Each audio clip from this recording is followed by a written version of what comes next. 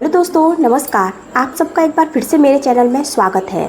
आज हम सुनेंगे मुंशी प्रेमचंद की लिखी कहानी पत्नी से पति। मिस्टर सेठ को सभी हिंदुस्तानी चीज़ों से नफरत थी और उनकी सुंदरी पत्नी गोदावरी को सभी विदेशी चीज़ों से चिढ़। मगर धैर्य और विनय भारत की देवियों का आभूषण है। गोदावरी दिल पर हजार जब्र करके पति को लाई हुई विदेशी चीज़ों का व्यवहार करती थी। हालांकि भीतर ही भीतर उसका हृदय अपनी परवशता पर रोता था। वह जिस वक्त अपने छज्जे पर खड़ी होकर सड़क पर निगाह दौड़ाती और कितनी ही महिलाओं को खद्दर की साड़ियाँ पहने गर्व से सिर उठाते चलते देखती तो उसके भीतर की वेदना एक ठंडी आह बनकर निकल जाती थी। उसे ऐसा मालूम होता था कि मुझसे ज़्यादा बदनसीब औरत संसार में नहीं है। मैं अपने स्वदेशवासियों की इतनी भी सेवा नहीं कर सकती। शाम को मिस्टर सेठ के आग्रह करने पर वह कहीं मनोरंजन या सैर करने के लिए जाती तो विदेशी कपड़े पहने हुए निकलते शर्म से उसकी गर्दन झुक जाती थी। वह पत्रों में महिलाओं के जोश भरे व्याख्यान पढ़ती तो उसकी आंखें जगमगा उठती। थोड़ी देर के लिए वह भूल जाती कि मैं यह बंधनों में जकड़ी हुई हूँ। होली का दिन था। 8 बजे रात का समय। स्वदेश के नाम पर बिके हुए अनुरागियों का जुलूस आकर मिस्टर सेठ के मकान के सामने रुका और उसी चौड़े मैदान में विलायती कपड़ों की होलियाँ जलाने की तैयारियाँ होने लगी। गोदावरी अपने कमरे पर खिड़की पर खड़ी यह समारोह देखती थी और दिल महसूस कर रह जाती। वह है जो यूँ खुश आज़ादी के नशे मतवाले गर्व से सिर उठाए होली जला रहे हैं और एक मैं हूँ कि पिंजड़े में बंद पंछी की तरह फड़फड़ा रही हूँ। इन तीलियों को कैसे तोड़ दूँ? उसने कमरे में निगाह दौड़ाई। सारी चीज़ें विदेशी थीं। स्वदेशी का एक सूत भी न था। यही चीज़ें वहाँ जलाई जा रही थीं और वही चीज़ें यहाँ उसके हृदय में संचित गिलानी की भांति संदूकों में रखी हुई थी। उसके जी में एक लहर उठ रही थी कि इन चीज़ों को उठाकर उसी होली में डाल दे, उसकी सारी ग्लानि और दुर्बलता जलकर भस्म हो जाए। मगर पति की अप्रसन्नता के भय ने उसका हाथ पकड़ लिया। सहसा मिस्टर सेठ ने अंदर आकर कहा, जरा इन सिरफिरों को देखो, कपड़े जला रहे हैं। यह पागलपन, उन्माद और विद्रोह नहीं तो और क्या है? किसी ने सच कहा है, हिंदुस्तानियों के न कल आई है न आएगी, कोई कल भी तो सीधी नहीं। गोदावरी ने कहा, तुम भी हिंदुस्तानी हो? सेठ ने गर्म होकर कहा, हाँ, लेकिन मुझे इसका हमेशा खेद रहता है कि ऐसे अभागे देश में क्यों पैदा हुआ। मैं नहीं चाहता कि कोई मुझे हिंदुस्तानी कहे या समझे। कम से कम मैंने आचार व्यवहार, वेशभूषा, रीति नीति, कर्म वचन में ऐसी कोई बात नहीं रखी जिससे हमें कोई हिंदुस्तानी होने का कलंक लगाए। पूछिए, जब हमें 8 आने गज में बढ़िया कपड़ा मिलता है तो हम क्यों मोटा मोटा टाट खरीदें? इस विषय में हर एक को पूरी स्वाधीनता होनी चाहिए। न जाने क्यों गवर्नमेंट ने दुष्टों को यह जमा होने दिया। अगर मेरे हाथ में अधिकार होता तो सबको जन्नू रसीद कर देता, तब आटे दाल का भाव मालूम होता। गोदावरी ने अपने शब्द में तीस तिरस्कार भरकर कहा, तुम्हें अपने भाइयों का जरा ख्याल नहीं आता? भारत के सिवा और कोई देश है जिस पर किसी दूसरी जाति का शासन हो? छोटे छोटे राष्ट्र भी किसी दूसरी जाति के गुलाम बनकर नहीं रहना चाहते। क्या एक हिंदुस्तानी के लिए यह लज्जा की बात नहीं कि वह अपने ही भाइयों के साथ अन्याय करे? सेठ ने भौं चढ़ाकर कहा, मैं अपना भाई नहीं समझता। गोदावरी, आखिर तुम्हें सरकार जो वेतन देती है वह इन्हीं की जेब से तो आता है। सेठ, मुझे इससे कोई मतलब नहीं है कि मेरा वतन किसकी जेब से आता है। मुझे जिसके हाथ से मिलता है वही मेरा स्वामी है। न जाने इन दुष्टों को क्या सनक सवार हुई कहते हैं। भारत आध्यात्मिक देश है। क्या आध्यात्म का यही आशा है कि परमात्मा के विधानों का विरोध किया जाए? जब यह मालूम है कि परमात्मा की इच्छा के विरुद्ध एक पत्ती भी नहीं हिल सकती, तो यह मुमकिन है कि इतना बड़ा देश परमात्मा की मर्जी बगैर अंग्रेजों के अधीन हो? क्यों इन दीवानों को इतनी अकल नहीं आती कि जब तक परमात्मा की इच्छा ना होगी कोई अंग्रेज का बाल भी बांका ना कर सकेगा? गोदावरी, तो फिर आप नौकरी क्यों करते हो? परमात्मा की इच्छा होगी तो आप ही आप भोजन मिल जाएगा। बीमार होते हो तो क्यों दौड़ के वैद्य के पास जाते हो? परमात्मा उन्हीं की मदद करता है जो अपनी मदद स्वयं करते हैं। सेठ, बेशक करता है, लेकिन अपने घर में आग लगा देना, घर की चीज़ों को जला देना, ऐसे काम है जिन्हें परमात्मा कभी पसंद नहीं करता। गोदावरी, तो यहाँ के लोगों को चुपचाप बैठे रहना चाहिए? सेठ, नहीं, रोना चाहिए। इस तरह रोना चाहिए जैसे बच्चे माता के दूध के लिए रोते हैं। सहसा होली जली। आग की शिखाएं आसमान से बातें करने लगी, मानो स्वाधीनता की देवी अग्नि वस्त्र धारण किए हुए आकाश के देवताओं से गले मिलने जा रही हो। दीनानाथ ने खिड़की बंद कर दी। उनके लिए यह दृश्य भी असह्य था। गोदावरी इस तरह खड़ी रही जैसे कोई गाय कसाई के खूंटे पर खड़ी हो। उसी वक्त किसी के गाने की आवाज़ आई, वतन की देखिए तकदीर कब बदलती है। गोदावरी के विषाद से भरे हुए हृदय में एक चोट लगी। उसने खिड़की खोल दी और नीचे की तरफ झांका। होली अब भी जल रही थी और एक अंधा लड़का अपनी खंजरी बजाकर गा रहा था, वतन की देखिए तकदीर कब बदलती है। वह खिड़की के सामने पहुंचा तो गोदावरी ने पुकारा, ओ अंधे, खड़ा रहा। अंधा खड़ा हो गया। गोदावरी ने संदूक खोला और उसमें से एक पैसा मिला। नोट और रुपए थे, मगर अंधे फकीर को नोट या रुपए देने का सवाल ही नहीं था। पैसे अगर 2-4 मिल जाते तो इस वक्त वह जरूर दे देती, पर वहाँ एक ही पैसा था। वह भी इतना घुसा हुआ कि कहार बाजार से जाकर लौट आया था। किसी दुकानदार ने न लिया। अंधे को वह पैसा देते हुए गोदावरी को शर्म आ रही थी। वह जरा देर पैसे को हाथ में लिए संशय में खड़ी रही। तब अंधे को बुलाया और पैसा दे दिया। अंधे ने कहा, माताजी कुछ खाने को दीजिए, आज दिन भर से कुछ नहीं खाया। गोदावरी, दिन भर मांगता है तब भी तुझे खाने को नहीं मिलता। अंधा, क्या करूँ माता, खाने को नहीं देता कोई। गोदावरी, इस पैसे का चवैना लेकर खा ले। अंधा, खा लूँगा माताजी, भगवान आपको खुशी रखे, अब यही सोता हूँ। दूसरे दिन प्रातःकाल कांग्रेस की तरफ से एक आम जलसा हुआ। मिस्टर सेठ ने विलायती टूथ पाउडर विलायती ब्रश से दांतों पर मिला, विलायती साबुन से नहाए, विलायती चाय विलायती प्यालियों में पी, विलायती बिस्कुट विलायती मक्खन के साथ खाया और विलायती दूध पिया। फिर विलायती सूट धारण करके विलायती सिंगार मुंह में दबाकर घर से निकले और अपनी मोटरसाइकिल पर बैठ फ्लावर शो देखने चले गए। गोदावरी को रात भर नींद न आई थी। दुराशा और पराजय की कठिन यंत्रणा किसी कोड़े की तरह उसके हृदय पर पड़ रही थी। ऐसा मालूम होता था कि उसके कंठ में कोई कड़वी चीज अटक गई है। मिस्टर सेठ का अपने प्रभाव में लाने की उसने सब योजनाएं की जो एक रबड़ी कर सकती है, पर उस भले आदमी के सारे हाव भाव, मृदु मुस्कान और वाणी विलास का कोई असर न हुआ। खुद तो स्वदेशी वस्त्रों के व्यवहार करने पर क्या राजी होते, गोदावरी के लिए खद्दर की साड़ी लाने पर भी सहमत न हुए। यहाँ तक कि गोदावरी ने उनसे कभी कोई चीज़ मांगने की कसम खा ली। क्रोध और ग्लानि ने उसकी सद्भावना को इस तरह विकृत कर दिया जैसे कोई मैली वस्तु निर्मल जल को दूषित कर देती है। उसने सोचा, जब ये मेरी इतनी सी बात नहीं मान सकते तो फिर मैं क्या इनके इशारों पे चलूं? क्यों इनकी इच्छाओं की लोनी बनी रहूं? मैंने इनके हाथ कुछ अपनी आत्मा नहीं बेची है। अगर आज ये चोरी या गमन करें तो क्या मैं सजा पाऊंगी? उसकी सजा ये खुद झेलेंगे। उसका अपराध इनके ऊपर होगा। इन्हें अपने कर्म और वचन का अख्तियार है, मुझे अपने कर्म और वचन का अख्तियार है। यह अपनी सरकार की गुलामी करें, अंग्रेजों की चौखट पर नाक रगड़ें, मुझे क्या गर्ज है?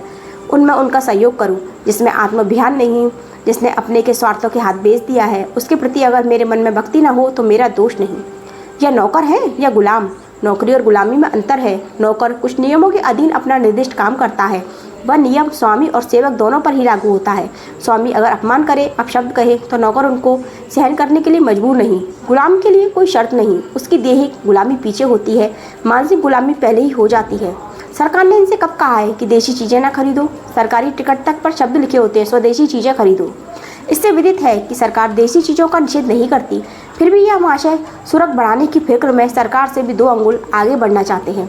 मिस्टर सेठ ने कुछ झेपते हुए कहा, कल ना फ्लावर शो देखने चलोगी? गोदावरी ने विरक्त मन से कहा, नहीं, बहुत अच्छा तमाशा है, मैं कांग्रेस के जलसे में जा रही हूँ। मिस्टर सेठ के ऊपर यदि छत गिर पड़ी होती या उन्हें बिजली का तार हाथ से पकड़ लिया होता तो भी वह इतने बदहवास न होते। आंखें फाड़ कर बोले, तुम कांग्रेस के जलसे में जाओगी?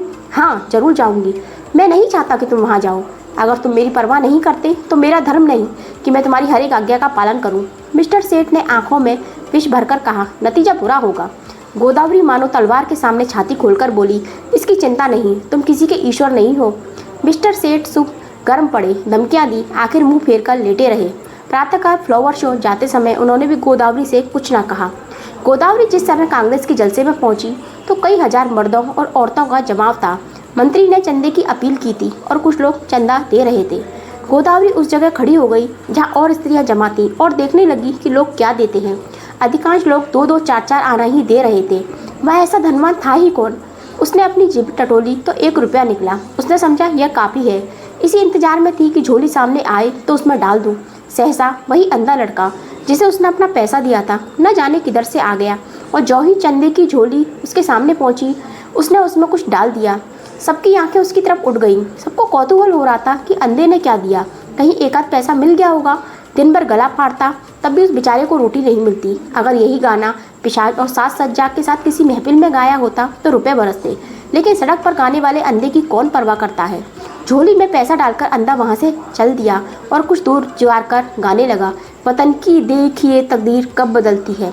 सभापति ने कहा, मित्रों देखिए, यह वह पैसा है जो एक गरीब अंधा लड़का इस झोली में डाल गया है।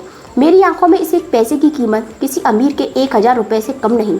शायद यही इस गरीब की सारी बिसात होगी। जब ऐसे गरीबों की सहानुभूति हमारे साथ है तो मुझे सत्य की विजय में संदेह नहीं मालूम होता। हमारे यहाँ क्यों इतने फकीर दिखाई देते हैं? यहाँ तो इसलिए कि समाज में कोई काम नहीं मिलता, या दरिद्रता से पैदा हुई बीमारियों के कारण, या अब इस योग्य ही नहीं रह गए कि कुछ काम करें, या भिक्षावृत्ति ने इसमें कोई सामर्थ्य ही नहीं छोड़ी। स्वराज्य के सिवा इन गरीबों का अब उद्धार कौन कर सकता है? देखिए वह गा रहा है, वतन की देखिए तकदीर कब बदलती है। इस पीड़ित हृदय में कितना उत्सर्ग। क्या अब भी कोई संदेह कर सकता है कि हम किसकी आवाज़ है? पैसा ऊपर उठाकर आप में कौन इस रत्न को खरीद सकता है? गोदावरी के मन में जिज्ञासा हुई, क्या ये वही तो पैसा नहीं है जो रात में मैंने उसे दिया था? क्या उसने सचमुच रात को कुछ नहीं खाया? उसने जाकर समीप से पैसे को देखा जो मेज पर रखा गया था। उसका हृदय धक से हो गया। यह वही घिसा हुआ पैसा था जो उस अंधे की दशा, उसके त्याग का स्मरण करके गोदावरी अनुरक्त हो उठी। कांपते हुए सर में बोली, मुझे यह आप पैसा दे दीजिए, मैं 5 रुपये दूंगी। सभापति ने कहा, बहन, इस पैसे के दाम 5 रुपये दे रही है। दूसरी आवाज़ आई 10 रुपये, तीसरी आवाज़ आई 20 रुपये। गोदावरी ने इस अंतिम व्यक्ति की ओर देखा। उसके मुख पर आत्माभिमान झलक रहा था, मानो कह रहा हो, यहाँ कौन है जो मेरी बराबरी कर सके। गोदावरी के मन में स्पर्धा का भाव जाग उठा। चाहे कुछ हो जाए, इसके हाथ में यह पैसा न जाए। समझता है इसने 20 रुपये में क्या कह दिए, सारे संसार का मोल ले लिया। गोदावरी ने कहा 40 रुपये। उस पुरुष ने तुरंत कहा 50 रुपये। हजारों आंखें गोदावरी की ओर उड़ गईं, मानो कह रही हैं अब कि आप ही हमारी लाज रखिए। गोदावरी ने उस आदमी को देखकर धमकी से मिले हुए सर में कहा 100 रुपये। धनी आदमी ने भी तुरंत कहा 120 रुपये। लोगों के चेहरे पे हवाइयाँ उड़ने लगी। समझ गए इसी के हाथ विजय रही। निराश आंखों से गोदावरी की ओर ताकने लगा, मगर जो ही गोदावरी के मुंह से निकला 150, कि चारों तरफ तालियां पड़ने लगी, मानो किसी दंगल के दर्शक अपने पहलवान की विजय पर मतवाले हो गए हों। आदमी ने फिर कहा 250। गोदावरी बोली 200। फिर चारों तरफ से तालियां पड़ी। प्रतिद्वंदी ने अब मैदान से हट जाने में ही अपनी कुशल समझी। गोदावरी विजय के गर्व पर नम्रता का पर्दा डाले हुए खड़ी थी और हजारों शुभकामनाएं उस पर फूलों की तरह बरस रही थी। जब लोगों को मालूम हुआ कि यह देवी मिस्टर सेठ की बीवी है, तो उन्हें ईर्ष्या में आनंद के साथ उस पर दया भी आई। मिस्टर सेठ अभी फ्लावर शो में ही थे कि एक पुलिस के अफसर ने उन्हें यह घातक संवाद सुनाया। मिस्टर सेठ सकते में पड़ गए, मानो सारी देश शून्य पड़ गई हो। फिर दोनों मुट्ठियां बांध ली, दांत पिसे, होठ चबाए और उसी वक्त घर चले। उनकी मोटरसाइकिल कभी इतनी तेज न चली थी। घर में कदम रखते ही उन्होंने चिंगारियों भरी आंखों से देखते हुए कहा, क्या तुम मेरे मुँह में कालिक पुतवाना चाहती हो? गोदावरी ने शांत भाव से कहा, कुछ मुँह से भी तो कहो, या गालियाँ ही दिए जाओगे? तुम्हारे मुख में कालिक लगेगी तो क्या मेरे मुँह में न लगेगी? तुम्हारी जड़ खुदेगी तो मेरे लिए दूसरा कौन सा सहारा है? मिस्टर सेठ, सारे शहर में तूफान मचा हुआ है, तुमने मेरे लिए रुपए दिए क्यों? गोदावरी ने उसी शांत भाव से कहा, इसलिए कि मैं उसे अपना ही रुपया समझती हूँ। मिस्टर सेठ दांत किटकिटाकर बोले, हरगिज नहीं, तुम्हें मेरा रुपया खर्च करने का कोई हक नहीं। गोदावरी, बिल्कुल गलत। तुम्हारे खर्च करने का भी तुम्हें जितना अख्तियार है उतना ही मुझे भी है। हाँ, जब तलाक का कानून पास करा लोगे और तलाक दे दोगे तब ना रहेगा।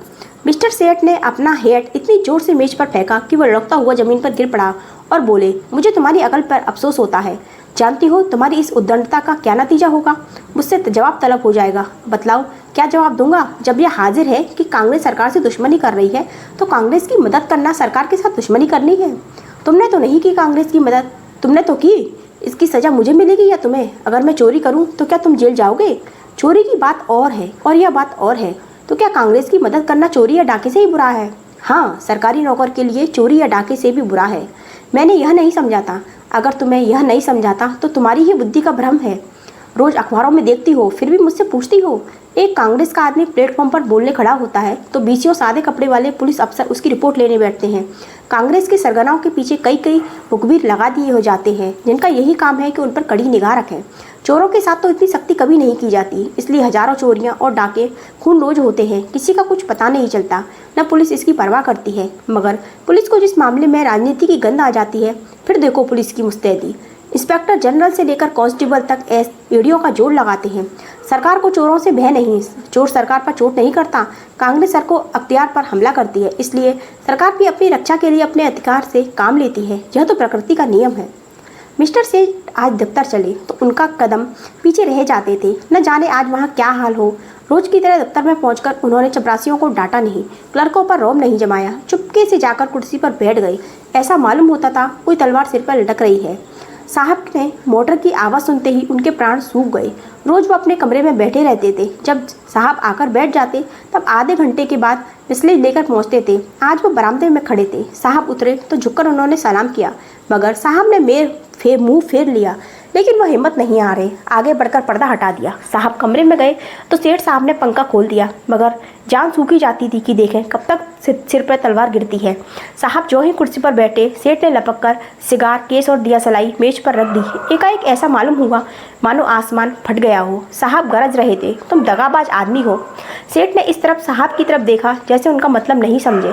साहब ने फिर गरज कर कहा, तुम दगाबाज आदमी हो। मिस्टर सेठ का खून गर्म हो उठा। बोले, मेरा तो ख्याल है कि मुझसे बड़ा राजभक्त इस देश में ना होगा। साहब तुम नमक हराम आदमी हो। मिस्टर सेठ के चेहरे पर सुर्खी आई। आप व्यर्थ ही अपनी जबान खराब कर रहे हैं। साहब तुम शैतान आदमी हो। मिस्टर सेठ की आंखों में सुर्खी आई। आप मेरी बेइज्जती कर रहे हैं। ऐसी बातें सुनने की मुझे आदत नहीं है। साहब चुप रहो, यू ब्लडी। तुमको सरकार 500 रुपये इसलिए नहीं देता कि तुम अपनी वाइफ के हाथ से कांग्रेस का चंदा दिलवाए। तुमको इसलिए सरकार रुपया नहीं देता। मिस्टर सेठ को अपनी सफाई देने का अवसर मिला। बोले, मैं आपको विश्वास दिलाता हूँ, मेरी वाइफ ने सरासर मेरी मर्जी के खिलाफ रुपए दिए हैं। मैं तो उस वक्त फ्लावर शो देखने गया था जहाँ मिस फ्रांक का गुलदस्ता 5 रुपये में लिया। वहाँ से लौटा तो मुझे ये खबर मिली। साहब, ओ तुम हमको बेवकूफ़ बनाता है।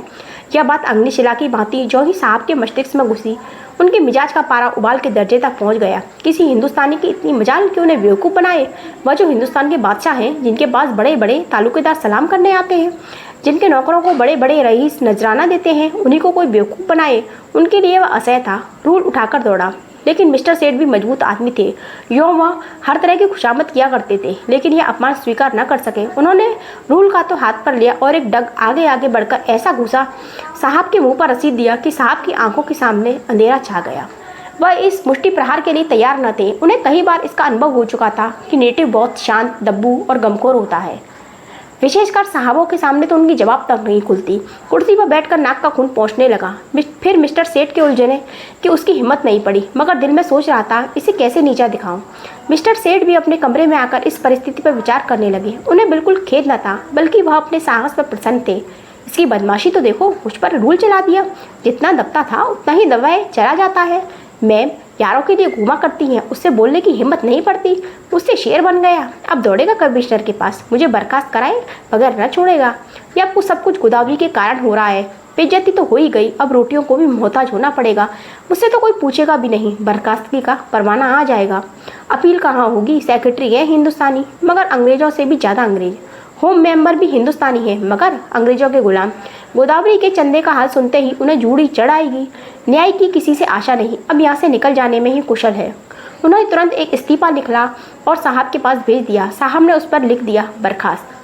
दोपहर को जब मिस्टर सेठ मुंह लटकाए हुए घर पहुंचे तो गोदावरी ने पूछा, आज जल्दी कैसे आ गए? मिस्टर सेठ दहकती हुई आंखों से देखकर बोले, जिस बात पर आंख लगी थी वह हो गई, अब रोज सिर पर हाथ रख के। गोदावरी, क्या बात हुई? कुछ कहो भी तो। सेठ, बात क्या हुई? उसने आंखें दिखाई। मैंने चाटा जमाया और इस्तीफा देकर चला आया। गोदावरी, इस्तीफा देने की क्या जल्दी थी? सेठ, और क्या, सिर के बाल निचवाता। तुम्हारा यही हाल है तो आज नहीं कल अलग होना ही पड़ता। गोदावरी, खैर जो हुआ अच्छा ही हुआ। आज से तुम भी कांग्रेस में शरीक हो जाओ। सेठ ने होठ चबाकर कहा, लजाओगी तो नहीं, ऊपर से घाव पर नमक छिड़कती हो। गोदावरी, लजाऊं क्यों? मैं तो खुश हूँ कि तुम्हारी बेड़ियाँ कट गईं। सेठ, आखिर कुछ सोचा है काम कैसे चलेगा? गोदावरी, सब सोच लिया है, मैं चलकर दिखा दूंगी। हाँ, मैं जो कहूँ वह तुम किए जाना। अब तक मैं तुम्हारे इशारे पर चलती थी, अब से तुम मेरे इशारे पर चलना। मैं तुमसे किसी बात की शिकायत न करती। तुम जो कुछ खिलाते थे खाती थी, जो कुछ पहनाते थे पहनती थी, महल में रखते महल में रहती, झोंपड़ी में रखते झोंपड़ी में रहती। उसी तरह तुम भी रहना। जो काम करने को कहूँ वह करना। फिर देखो कैसे काम नहीं चलता। बड़प्पन सूट बूट और ठाट बाट में नहीं है। जिसकी आत्मा पवित्र हो वही ऊंचा है। आज तक तुम मेरे पति थे और आज से मैं तुम्हारा पति हूँ। सेठ जी उसकी ओर स्नेह की आंखों से देखकर हंस पड़े। और दोस्तों, हमारी यह कहानी यहीं पर समाप्त हो जाती है। दोस्तों, अगर आप मेरे चैनल पर पहली बार आए हैं तो प्लीज़ मेरे चैनल को सब्सक्राइब कर लें। कहानी सुनने के लिए आप सबका धन्यवाद।